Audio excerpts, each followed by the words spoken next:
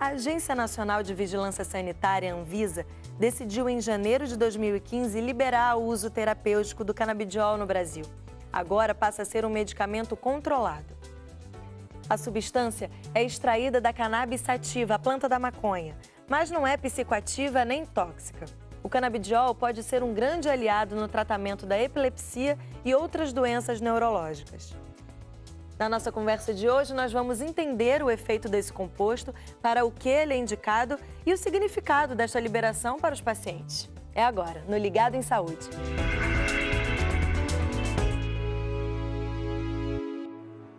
Meu nome é Eduardo Faveri, eu sou neuropediatra e especialista em epilepsia e coordeno os centros de epilepsia do Instituto Estadual do Cérebro Paulo Niemeyer e do Hospital Quintador e vim aqui falar hoje sobre canabidiol. Olá, doutor Eduardo, seja muito bem-vindo ao nosso programa, é um prazer ter o senhor aqui.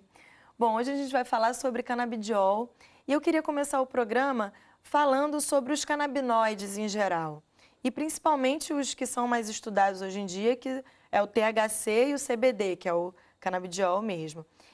Eu trouxe aqui para mostrar para quem está em casa a foto da planta da maconha mesmo, que é sobre o que a gente vai falar. Aí tem ali, né, a ação medicinal da cannabis é produzida pelos canabinoides, entre eles o THC e o CBD. Eu queria que o senhor explicasse mais sobre isso, diferenciar o THC do CBD, quais são as características de cada um deles? Bom, o THC e o CBD, eles quase que atuam se equilibrando, né? Eles são os principais componentes, mas é uma planta extremamente complexa, tem mais de 400 substâncias, cerca de 400 substâncias, 70 canabinoides, tem os terpenos, que têm também propriedades aí farmacológicas, né? Agora, sem dúvida, o THC é o principal componente psicoativo. E o canabidiol é o principal componente não psicoativo. Então, o THC, ele pode despertar reações quando em doses muito altas, que tem se produzido, esse cannabis, a maconha recreacional, há uma tendência a dar mais barato, então você olha, essa aqui é da boa, é a mais forte. Que tem mais THC, né? Isso em pessoas suscetíveis envolve um certo risco de crise de ansiedade, de paranoia, né?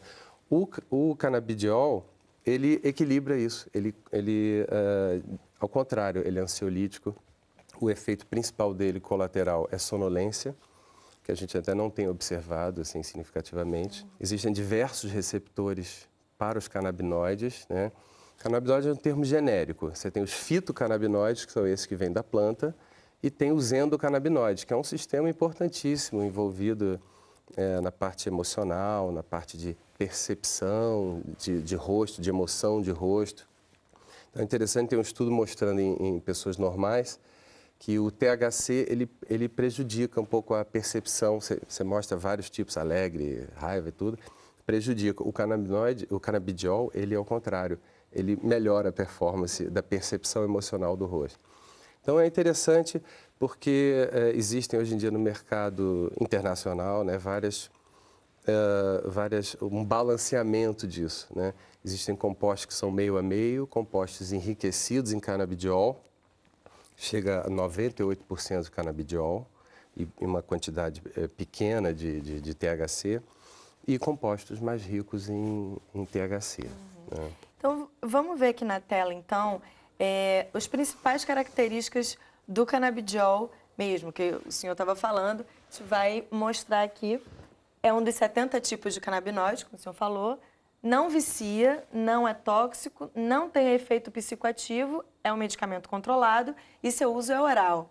É bom esclarecer isso, né, que o uso é oral, que às vezes as pessoas podem pensar, mas fuma o canabidiol? Como é que é isso, que né? sempre foi uma das grandes argumentos dos críticos, assim, à maconha, né?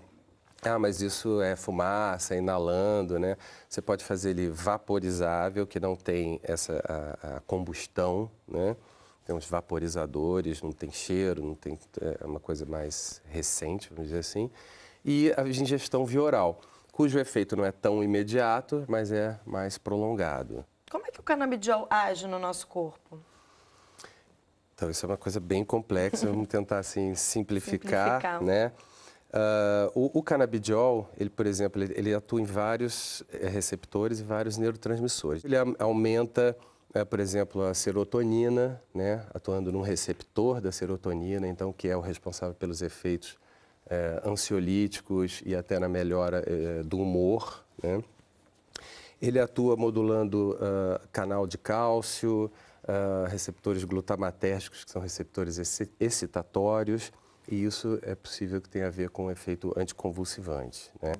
Ele é bem documentada a ação a nível experimental em vários modelos animais de epilepsia, né?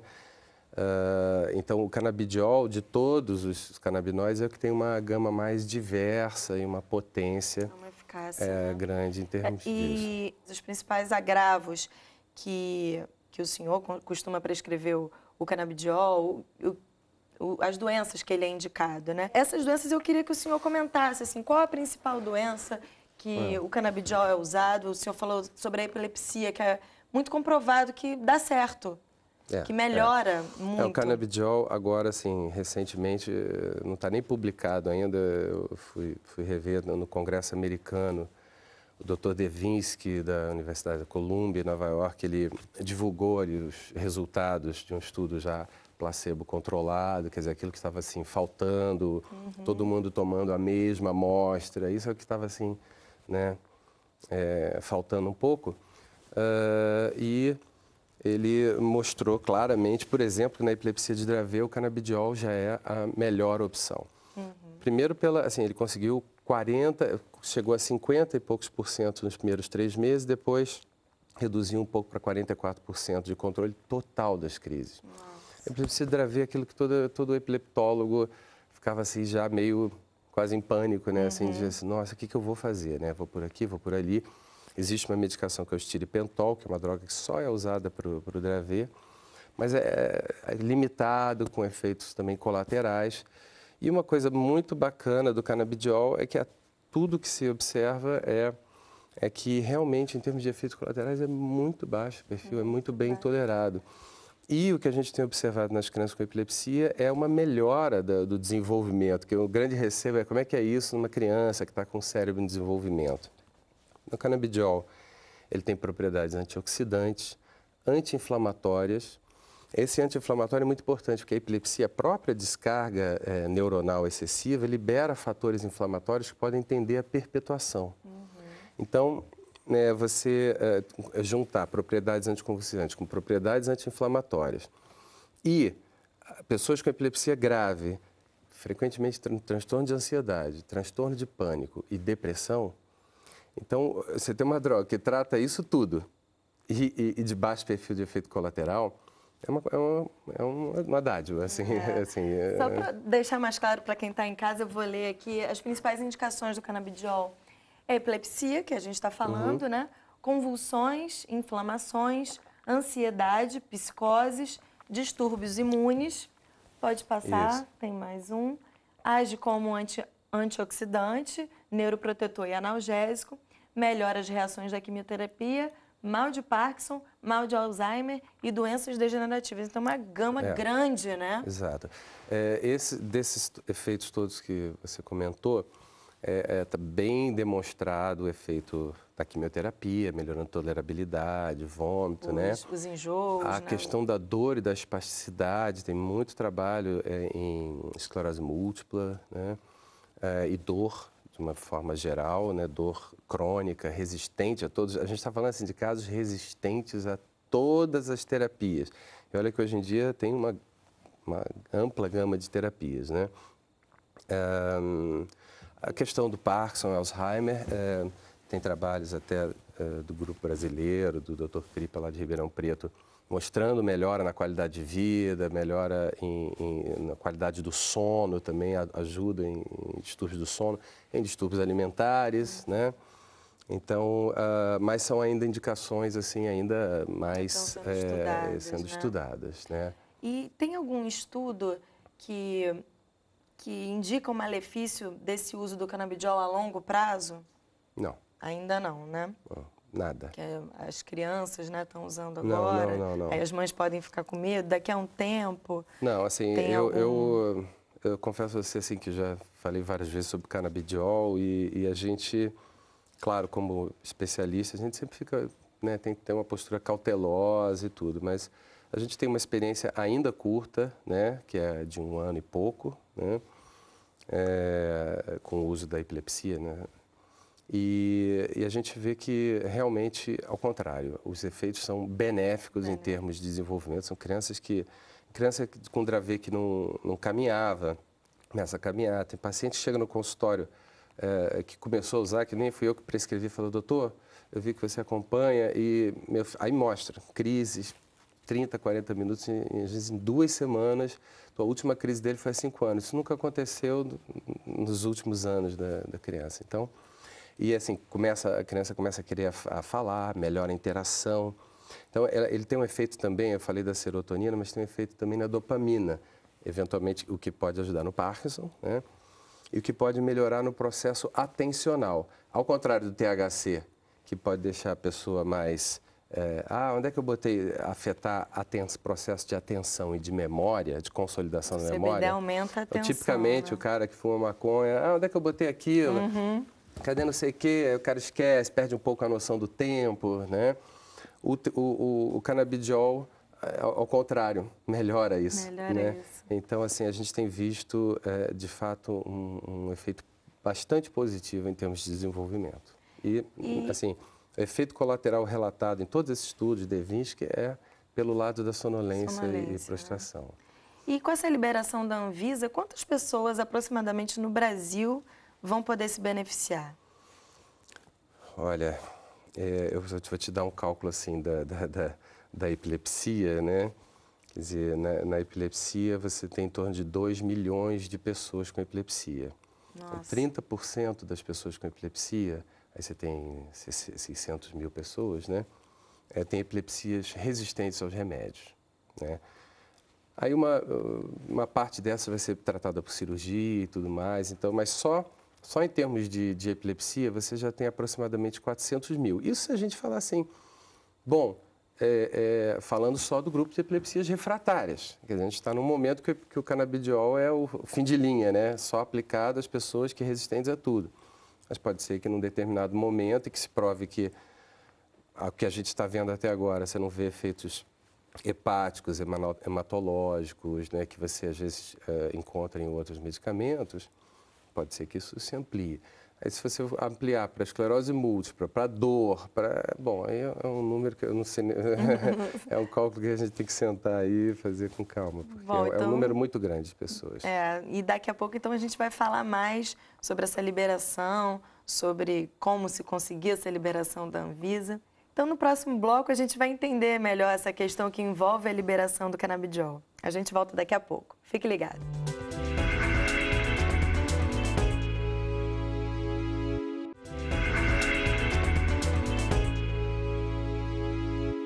Estamos de volta e o nosso tema hoje é o uso terapêutico do canabidiol, um composto da planta da maconha. Quem está conversando comigo sobre isso hoje é o Dr. Eduardo Faverê, neuropediatra. Bom, doutor, agora a gente vai ver uma matéria que a gente preparou com a Margarete, que é sua paciente, né? A sua paciente não, a Sofia, a filha dela é sua paciente, e ela vai falar um pouquinho como é que foi esse uso do canabidiol com a Sofia, a filha dela. Vamos dar uma olhada? Vamos ver. A gente está aqui com a Margarete Brito, ela é mãe da Sofia e da Bia. A Sofia, ela é portadora da síndrome CDKL5, de causa genética. Margarete, explica pra gente que síndrome é essa e como é que foi diagnosticado na Sofia? Então, CDKL5 é uma síndrome genética muito rara, ela causa um distúrbio neurológico, né, e dentre outras coisas, muitas crises convulsivas de difícil controle. Com 45 dias de vida, a Sofia teve a primeira convulsão, nós fomos ao médico e aí começamos com o tratamento para controle de crise. Aí usamos todos os remédios, em todas as combinações e nada dava muito resultado. E a gente nunca desistiu, né, de tentar controlar as convulsões da Sofia. E aí, né, em busca, a gente descobriu o canabidiol nas redes sociais. Tinha uma menina americana fazendo uso do canabidiol com excelentes resultados e a gente resolveu tentar. Eu liguei para o meu médico, né? Aí eu falei, doutor Eduardo, olha o seguinte, existe um produto, né, que é um extrato da cannabis que está sendo usado para controle de convulsão e eu estou importando. Aí ele me respondeu assim, Margarete, eu sei que isso existe, eu sei que isso pode ser benéfico para a Sofia, mas a gente não sabe nada sobre isso pelo fato de ser proibido aqui no Brasil. Mas se fosse minha filha, eu tentaria também. A gente percebe que o principal benefício para a Sofia foi a questão cognitiva. Ela melhorou a questão de olhar, ela está mais presente, a gente retirou, ela tomava 4 anticonvulsivantes, nós retiramos 3. A Sofia está com menos hipotonia, ela está pegando mais objeto, ela sorri mais. E em questão do número de crises, a gente conseguiu reduzir de 58 mensal para 13 mensal. A gente resolveu, né, a Anvisa pedir reclassificação. O direito humano à saúde, da saúde dessas crianças, depende de uma revisão da Anvisa em relação à classificação dessas substâncias. Sou mãe, represento um grupo de mães que são pacientes de cannabis medicinal e a gente gostaria do apoio dessa comissão. Na verdade, ela ganha um novo status, né? Ela deixa de ser proibida e passa a ser uma substância controlada. Simbolicamente foi muito importante, foi uma conquista e a gente tem que comemorar, mas ainda tem muita coisa pela frente. Ainda é muito difícil o acesso, né? São poucas pessoas que têm, por exemplo, R$1.000, que é o custo do tratamento da minha filha. Eu acho que é urgente essa necessidade da produção nacional, é uma luta que a gente vai travar. A maconha, ela tem sim propriedades medicinais e que pode sim ajudar a dar qualidade de vida para algumas doenças. A gente vê que a melhora é efetiva mesmo, né? Assim, como melhora, né? Ela falou do número de convulsões, como diminui, né? A gente estava falando sobre isso. É importante mostrar também que é exatamente essa questão da cognição, do desenvolvimento, né? Importantíssimo na questão da criança, né? Porque a epilepsia, ela pode fazer a criança estagnar num determinado estágio de desenvolvimento ou até regredir, que é o que se chama de encefalopatia epilética. Então, essas epilepsias graves, a síndrome de Lennox-Gastaut, Dravet, CDKL5, que dá um quadro chamado de síndrome de Rett atípica, que é bem recente, há pouco tempo tinham 6 casos só aqui no Brasil. Então, essas crianças sofrem muito pela questão das convulsões. Então, quando você melhora, ainda por cima, melhora a atenção, melhora o olhar. Olhar, atenção é tudo, né? Assim, então, para a mãe deve ser... Eu quero realmente refrisar isso que a Margarete falou. Margarete, antes do canabidiol, ela veio para mim falando assim, já veio com um diagnóstico e falou assim, Eduardo, eu entrei pela internet, eu vi que tem um grupo tem 2 pessoas que fizeram, na Inglaterra, fizeram uso do estimulador do nervo vago. E as crianças evoluíram bem, eu gostaria de tentar isso. Bom, estimulador do nervo vago é uma terapia de baixo risco, que ajuda 2/3 das pessoas que usam em reduzir as crises. Eu falei, tá bom, eu estou de acordo. Inclusive, tem efeitos também sobre o humor, melhora também a atenção. Eu falei, vai cair bem. Aí, depois de um tempo, não deu muito certo. Então, só frisar assim, que realmente passou por todos os lugares, porque a gente já teve que escutar, né, ela e tudo, pessoas falam, essas mães que querem dar maconha, são as mães maconheiras que querem dar maconha para os filhos. Pelo amor de Deus, não é isso. É um padecimento... Acho que esse preconceito dificulta essa discussão. Eu gosto de frisar que são pessoas seríssimas que estão... advogada, que batalhou, que militou, que se expôs, né? Então, assim, frisar que ela está de parabéns e as outras também por terem conseguido. Eu acho que mostrar a força das mães, né? Assim, como só uma mãe cuidando do filho para conseguir fazer mudar uma realidade assim. E foi fundamental a luta dessas mães para poder mudar essa legislação, né? É, fundamental. Mas fundamental. por que ainda é tão caro? Ela falou ali R$1.000. Não são todas as famílias que têm R$1.000 para bancar esse tratamento, né? Por que praticamente é caro R$1.000 assim? é o mínimo. Quer dizer, pode chegar a 500, mas é de 500 a 4.000. Então, assim, tá mais caro do que anticonvulsivantes novos. Assim, acho que a questão é que é um preço dolarizado, né? E, assim, talvez um mercado ainda restrito que chega aqui de produtos, né? É um preço insustentável, né? E, assim, na verdade, vai acabar, é o que já está acontecendo, né? Muitas ações para o Estado pagar. Acho que a gente tem que sentar e pensar como é que a gente vai fazer uma produção local de cannabis medicinal, né? Não, isso é controlada, fundamental para poder cair Você o tem preço. aqui instituições como a própria Fundação Oswaldo Cruz, que tem a Farmanguinhos, que produz medicamentos. A gente tem todos os instrumentos para medir e dar uma substância de qualidade, né? Eu acho que tem que tomar consciência de que já existe subsídio suficiente e seria até interessante que o Estado tomasse uma posição no sentido, olha, já que temos que é fundamental pesquisar, vamos produzir as condições para isso. Né? A gente tem condição de plantar, produzir a coisa na melhor qualidade, por um preço acessível, inicialmente na forma de pesquisa, até que tenha-se suficientemente evidência científica e que empresas se interessem, né? A liberação aconteceu agora em janeiro, é uma coisa recente, né? Eu acredito que a partir de agora tudo vai caminhar para esse lugar, né? E tem o procedimento de pedir essa liberação para a Anvisa, né? Que a gente vai mostrar aqui na tela. Quais as informações que precisam estar no e-mail para a Anvisa? Tem que enviar um e-mail para a Anvisa contendo a receita, o laudo médico e o termo de responsabilidade. Isso só o médico pode dar, né, doutor? Sem dúvida. Na verdade, a resolução do Conselho Federal de Medicina também ele autoriza e tudo, nos casos refratários, né, as outras terapias, e fala que é o neurologista, o psiquiatra e o neurocirurgião. Limita em termos de CFM, né? Do ponto de vista da Anvisa, eu preciso dizer até que eu vejo que a Anvisa demora tanto para outras coisas, né?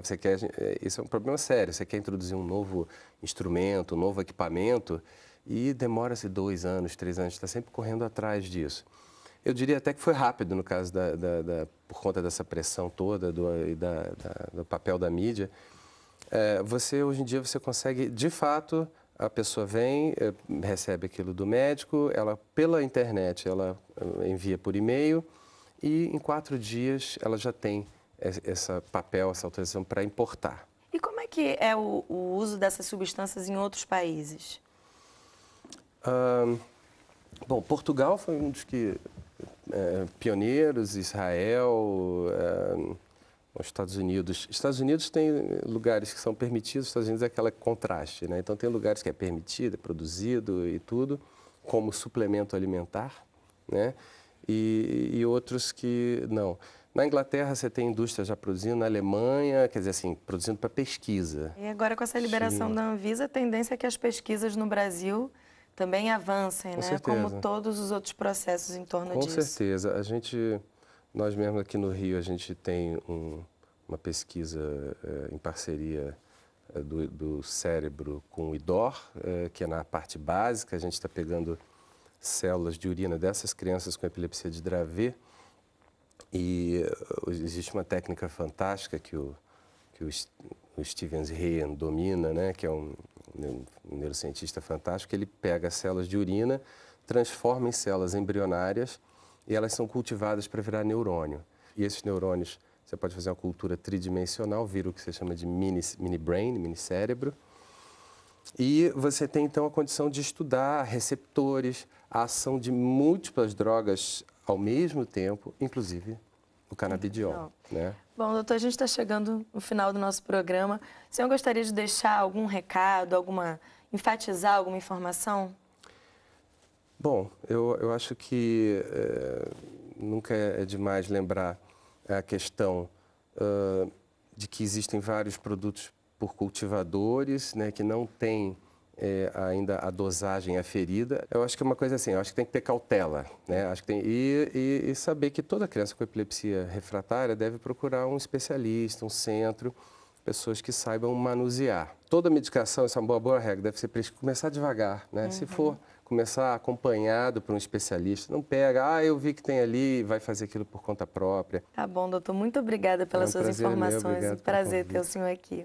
Como nós vimos, o uso da maconha medicinal é indicada para alguns casos e precisa de uma liberação especial da Anvisa. Então, se você sofre de algum desses males, consulte o seu médico e se informe sobre a possibilidade do uso do canabidiol no seu tratamento. Hoje falamos sobre canabidiol. Se você tem alguma dúvida ou quer sugerir algum tema para o programa, manda para a gente. Você pode ligar, mandar e-mail ou falar com a gente pelo Facebook. Até o próximo Ligado em Saúde. Tchau!